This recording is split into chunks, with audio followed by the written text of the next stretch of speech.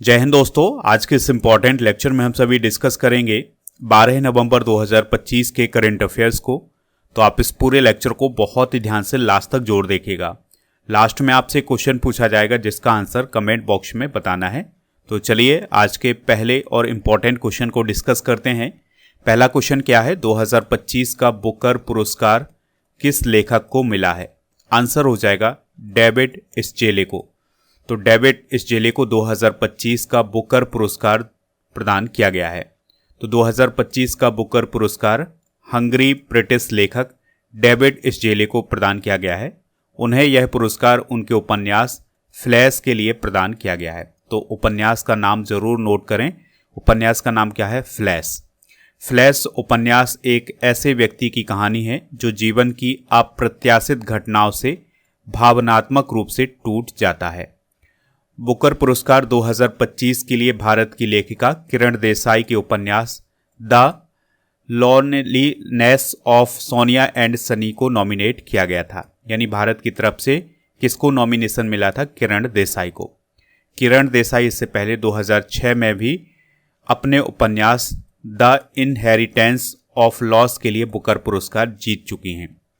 2025 का international Booker पुरस्कार किसे मिला था? कर्नाटक की लेखिका बानू मुश्ताक को। तो बानू मुश्ताक की रचना हार्ट लैम्प के लिए उन्हें इंटरनेशनल बुकर पुरस्कार मिला था।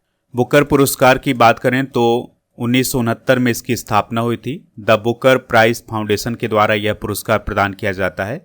यह केवल अंग्रेजी में लिखे गए उपन्यासों को प्रदान किया जाता है।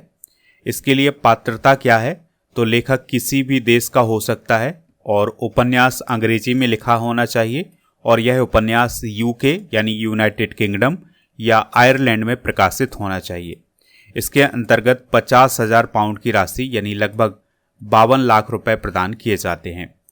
बुकर पुरस्कार जीतने वाले भारतीय लेखक डिस्कस करते हैं। तो BS नायपॉल को 1971 में इन ए फ्री स्टेट के लिए मिला था। सलमान रुश्दी को 1981 में मिडनाइट चिल्ड्रन के लिए, अरुंधति राय को 1997 में the God of small things के लिए मिला था। इस प्रकार से अरुंधति राय बुकर पुरस्कार जीतने वाली पहली भारतीय नागरिक हैं।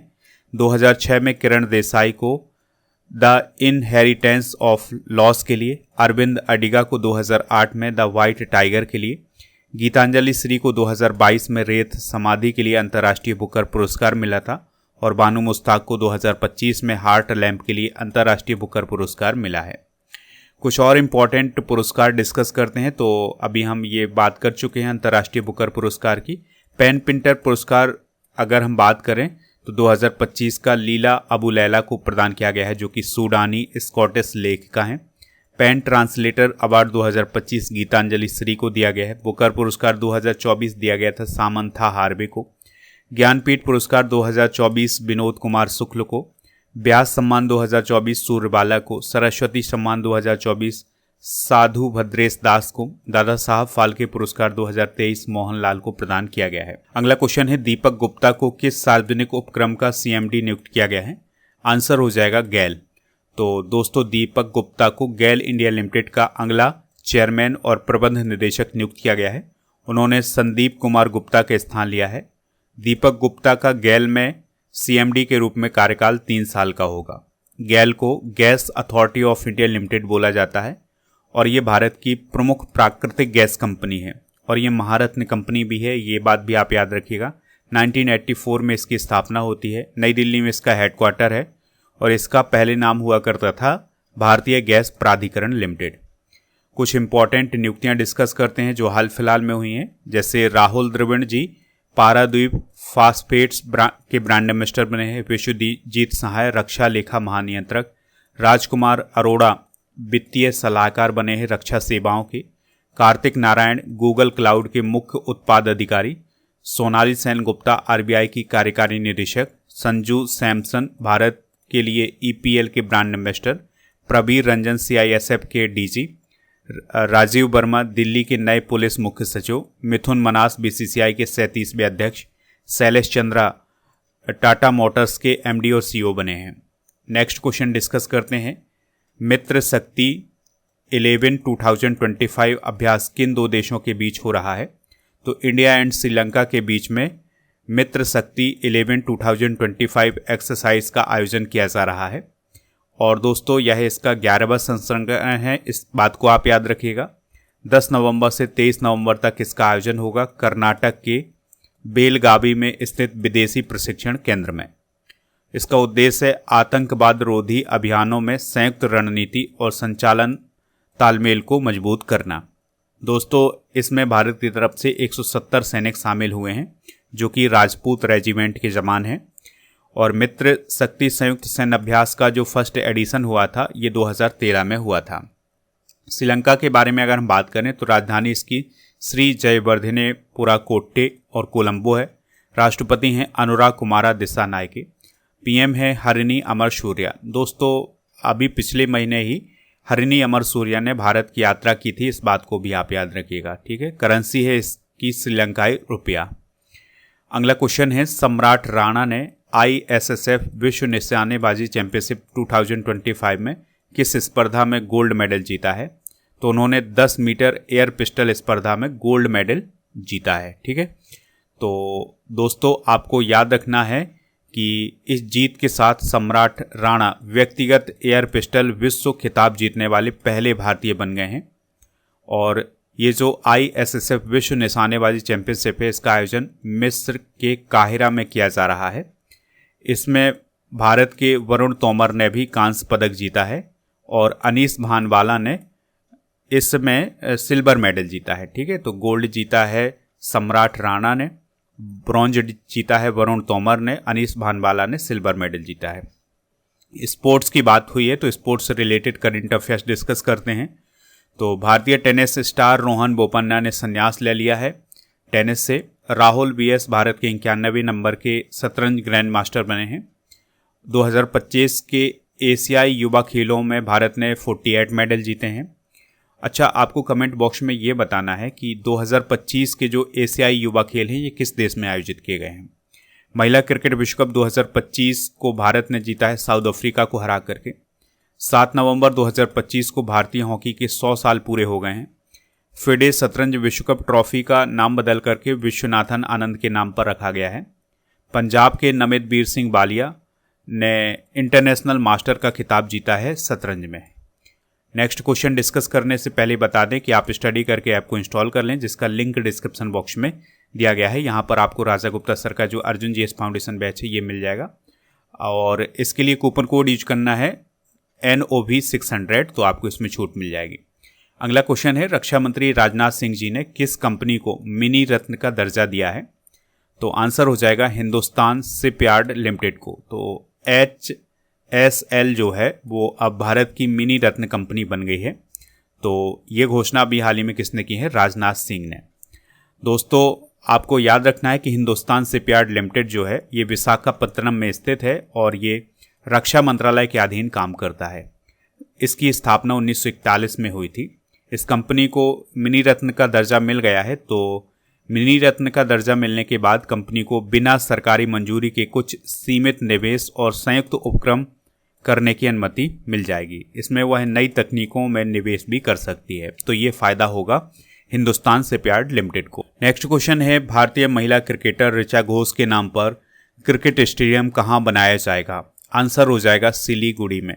तो दोस्तों भारतीय महिला क्रिकेटर ऋचा घोष के नाम पर पश्चिम बंगाल में एक नया क्रिकेट स्टेडियम बनाया जाएगा। इसकी घोषणा पश्चिम बंगाल की CM ममता बनर्जी जी ने की है और इस स्टेडियम का नाम क्या होगा? Richa Ghosh cricket stadium. और ये दोस्तों सिलीगुड़ी के चांदमणि क्षेत्र में 27 एकड़ की ज़मीन पर बनेगा। दोस्तों अभी जो ICC महिला विश्व कप हुआ है 2025 वाला, इसमें ऋचा घोष ने महत्वपूर्ण भूमिका निभाई है और ऋचा घोष सिलीगुड़ी की ही निवासी हैं। उन्हें पश्चिम बंगाल की सरकार ने अभी बंग भूषण सम्मान दिया है। इसके अलावा उन्हें पश्चिम बंगाल पुलिस में DSP का पद भी प्रदान किया गया है। नेक्स्ट क्वेश्चन डिस्कस करते हैं राष्ट्रीय शिक्षा दिवस कब मनाया जाता है, यानी नेशनल एजुकेशन डे कब सेलिब्रेट किया जाता है इंडिया में? तो आपको याद रखना है 11 नवंबर को यह दिवस मनाया जाता है। और ये दिवस किसके जन्म दिवस पर मनाया जाता है? तो हमारे देश के जो पहले शिक्षा मंत्री थे मौलाना अबुल कलाम आज़ाद, उनकी जयंती पर मनाया जाता है। उनका जन्म हुआ था 11 नवंबर 1888 को। दोस्तों मौलाना अबुल कलाम आज़ाद भारत की आधुनिक शिक्षा प्रणाली के प्रमुख शिल्पकार माने जाते हैं। उन्होंने यूजीसी, आईआईटीज और साहित्य अकादमी और आईसीसीआर जैसे संस्थानों की नींव रखी थी। इस दिवस की शुरुआत 2008 में की गई थी भारत सरकार के द्वारा।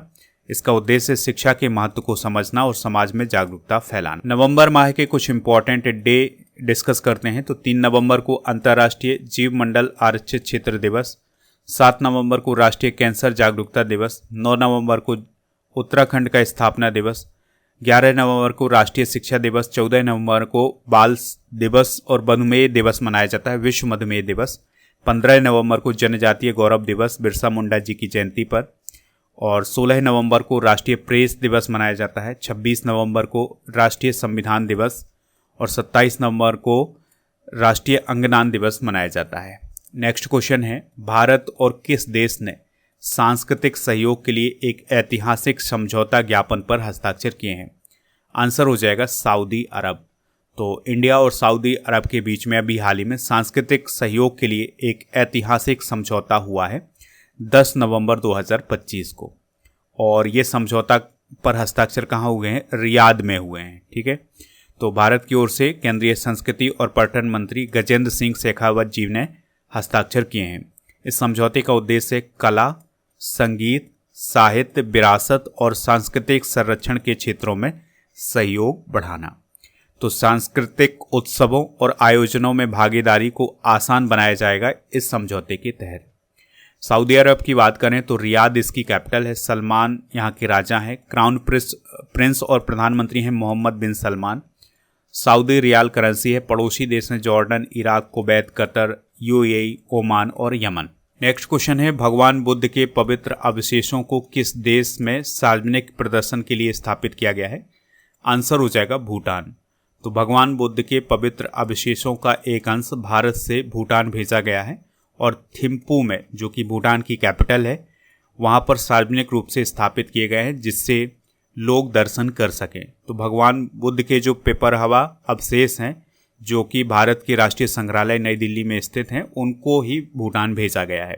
तो 8 से 18 नवंबर तक थिम्पू में सार्वजनिक प्रदर्शन के लिए ये रखे गए हैं।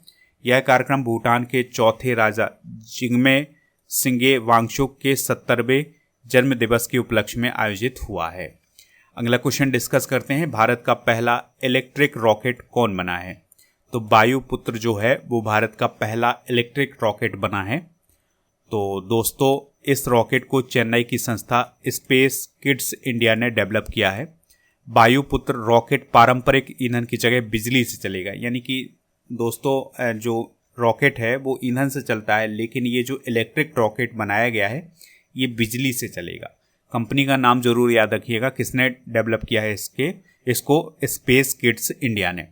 यह रॉकेट पर्यावरण के लिए अनुकूल है क्योंकि इसमें कोई प्रदूषण नहीं होता है। इसकी लॉन्चिंग लागत मात्र 25 रुपये प्रति उड़ान बताई गई है। वायुपुत्र को कई बार चार्ज करके दोबारा इस्तेमाल किया जा सकता है। यह रॉकेट बच्चों और युवाओं को अंतरिक्ष विज्ञान से जोड़ने के उद्देश्य से बनाया गया है। ठीक है, तो ये सारे इंपॉर्टेंट पॉइंट आप जरूर नोट करें, स्टडी करके ऐप को इंस्टॉल कर लें। तो यहाँ पर आपको टेस्ट सीरीज वाले ऑप्शन पर 12 महीने के करेंट अफेयर्स की test series, computer special test series और लास्ट 6 मंथ के करेंट अफेयर्स की e book, monthly current affairs की बुक, ईयरली करेंट अफेयर्स की ई बुक मिल जाएगी। तो इन सभी को प्राप्त कर लें। मध्य प्रदेश पुलिस भर्ती आई, इसके लिए भी बैच लॉन्च किया गया है, इसको भी ज्वाइन कर सकते हैं। चलिए दोस्तों, कल के करेंट अफेयर्स को एक बार रिवाइज करते हैं। तो शेखा नासिर अल नोबेस को किस अंतर्राष्ट्रीय संस्था की पहली महिला महासचिव चुना गया है? तो यूएन टूरिज्म। किस देश ने भारत के सहयोग से निर्मित हानी माधु अंतर्राष्ट्रीय हवाई अड्डे का उद्घाटन किया है? मालदीव। हुरन रिपोर्ट 2025 के अनुसार दुनिया का तीसरा सबसे बड़ा अरबपति शहर कौन बना है? मुंबई। मालाबार अभ्यास 2025 का आयोजन कहाँ किया गया है? गुआम। 18वां अर्बन मोबिलिटी इंडिया सम्मेलन 2025 किस शहर में हुआ है? गुरुग्राम। राष्ट्रपति द्रौपदी मुर्मू ने 8 से 13 नवंबर 2025 तक किन 2 अफ्रीकी देशों की राजकीय यात्रा की है? अंगोला और बोत्सवाना। नेक्स्ट CAR-19 क्या है जिसे पीएम मोदी ने लॉन्च किया है? तो यह CAR टी सेल थेरेपी है। हाल ही में किस राज्य के मंत्रिमंडल ने बहुविवाह निषेध विधेयक 2025 को मंजूरी दी है? असम। किस संस्था ने 2025 में एशिया के सबसे खुशहाल शहर का सर्वेक्षण किया है? Time out. आईएनएस सावित्री किस देश के पोर्ट लुइस में पहुंचा है? मॉरिशस। दोस्तों, आज के जनरल नॉलेज के पिटारे में विश्व के प्रमुख घास के मैदान डिस्कस करेंगे। तो लानोस है वेनेजुएला में, केटिंगा, सेराडो और कैंपोस है ब्राज़ील में, पंपास अर्जेंटीना में, सबाना पूर्वी और मध्य अफ्रीका में, बेल्ड है दक्षिण अफ्रीका में, डाउन्स है ऑस्ट्रेलिया में, कैंटरबरी है न्यूजीलैंड में, प्रेरी है अमेरिका में, पुस्ताज है हंगरी में, स्टेपी है यूरोप और एशिया में। कल के करेंट अफेयर्स में आपसे जो पूछा गया था उसका आंसर है पेरिस, फ्रांस। यूनेस्को का हेडक्वार्टर पूछा गया था आपसे, तो ये पेरिस, फ्रांस में है। आज आपके लिए क्वेश्चन है, वर्तमान में यूपीएससी यानी यूनियन पब्लिक सर्विस कमीशन के अध्यक्ष कौन है, या संघ लोक सेवा अध्यक्ष के अध्यक्ष कौन है? जो भी इसका राइट आंसर हो कमेंट बॉक्स में जरूर बताएं।